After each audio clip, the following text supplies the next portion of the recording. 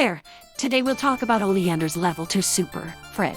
Oleander can cancel a level 1 super into level 2 to call for Fred from within the Unicorn Omega. When Fred is summoned, he will pin her opponent against the wall and reduce their super meter by 18. The initial will add to meter, so the net reduction becomes 16. Fred remains on screen as long as his timer hasn't run out. The timer starts from full with a duration of about 19 seconds. As a puppet, Fred is able to attack independently from Oleander. All of his attacks have an uncharged and charged variant. Charged attacks can be performed by holding down the D button for Fred attacks. All charged attacks can have up to 7 frames of variable startup. To elaborate on that point, there are a minimum number of frames that the D button needs to be held to get the charged variant. Releasing the D button at the minimum required frames will give the quickest possible startup. Holding down the D button past that point will just increase the startup up to a maximum of 7 additional frames before the attack is initiated. Here is Fred's charged 1D slowdown as an example. On the left, the D button was held up to frame 16. On the right, the D button was held until the move became active. The startup increased by 7 frames from frame 26 to frame 33 due to holding the D button past the minimum frames required.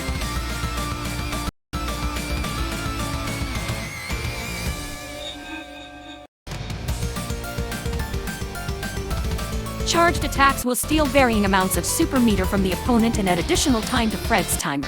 Let's take a closer look at all 5 of Fred's attacks.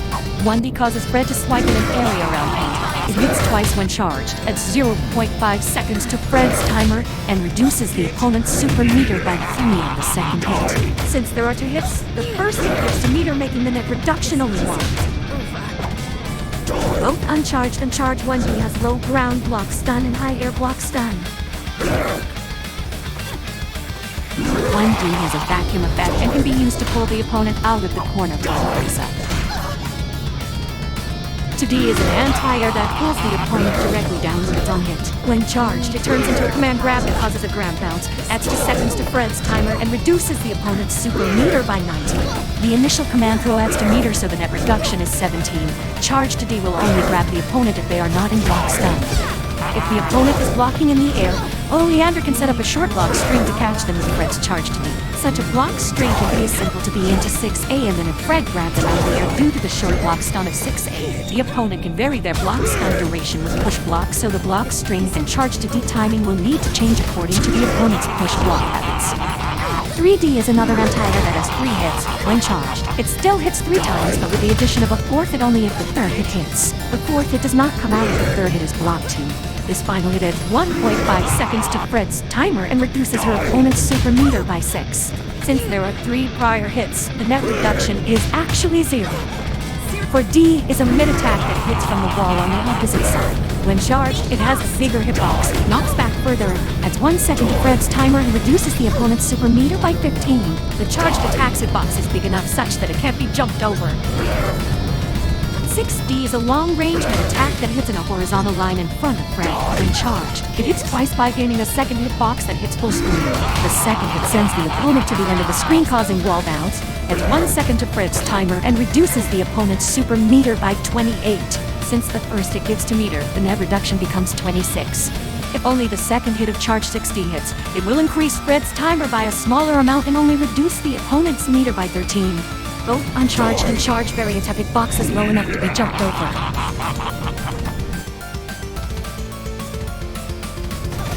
There are some limitations to when Fred can attack though. He can only start attacking if Oleander is in a neutral state. This means Oleander cannot be in block stun, it's stun while waking up. There is an important difference between being in block stun and hit stun after Fred has begun attacking. Fred will not get interrupted if Oleander is in block stun, but he will if she is hit. In other words, if Fred has begun attacking and Oleander starts to block right after, Fred will continue to attack as long as Oleander isn't hit. An interesting property of all Fred attacks is that they are all considered projectiles and can be avoided by projectile invulnerable moves. The most notable being Tianhu's Bash, which she will be able to fire cancel and convert into a full combo punish. Fred is an amazing powerhouse when on the offensive. He can make Oleander safe on block for highly minus attacks such as 6C by attacking during the recovery of the unsafe move. He can be integrated into combo loops to give Oleander plenty of time to study for magic. Charge 1D loops and charge for D loops are the ways he can buy her enough time to study.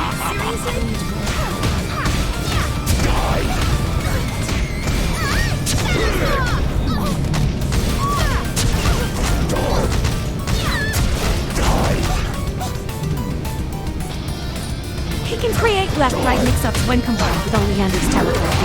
The easiest Fred attacks to cross up is inward offer charge for D and charge 60. Charging Fred 60 over D during Oleander's block string or on her opponent's wake-up opens up the possibility for left-right mix-ups with her teleport D. Cross-ups can only hit when her opponent is out of block stun, so there will need to be a gap before Fred's attack connects. Fred attacks have negative double decay as a combo starter, so in combos early in a knockdown to set up a 50-50 mix-up on her opponent's wake-up is a feasible way of using Fred. On defense, Fred can get Oleander out of disadvantaged situations with minimal risk to her. It can be used as a safe way to interrupt the opponent's pressure. Oleander can remain crouch blocking while attempting to fit Fred's 1D in gaps within the opponent's block string. When using T2B, Fred can cover Oleander's recovery with charge 1D to make her safe. This is particularly useful when waking up. The input is a little tricky since using T2D with the second down input and D press simultaneously will result in Fred accidentally using T2D as well. There are two ways to get Oleander's T2D followed by Fred's charge 1D. The first is to acknowledge that T2D is a motion input, and with any motion input, there is a period of time to perform the motion first, which is stored in the input buffer. Once the motion is completed and the button is pressed, you'll get the move. We can take advantage of this fact to separate the button press from the motion input by inputting down. Release the direction and then press the D button. If done correctly, Oleander will use T2D while Fred won't do anything. Simply input charge 1D afterwards while T2D is starting up so that Fred will cover Oleander after she reappears.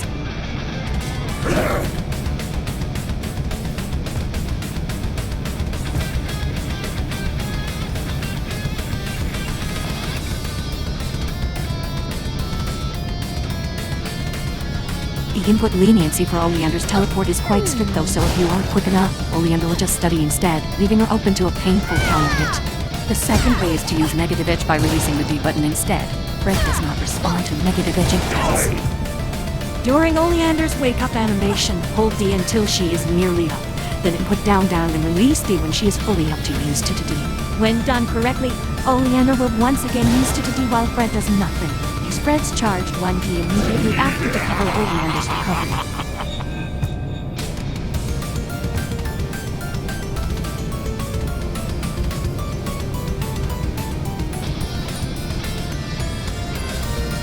That's all there is to cover on Fred.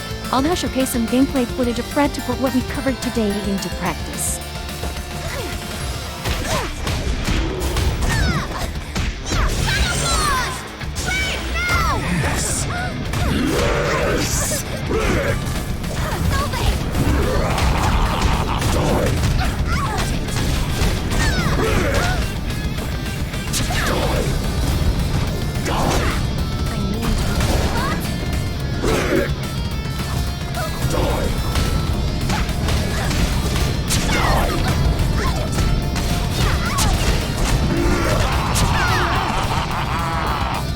Itty bitty living space.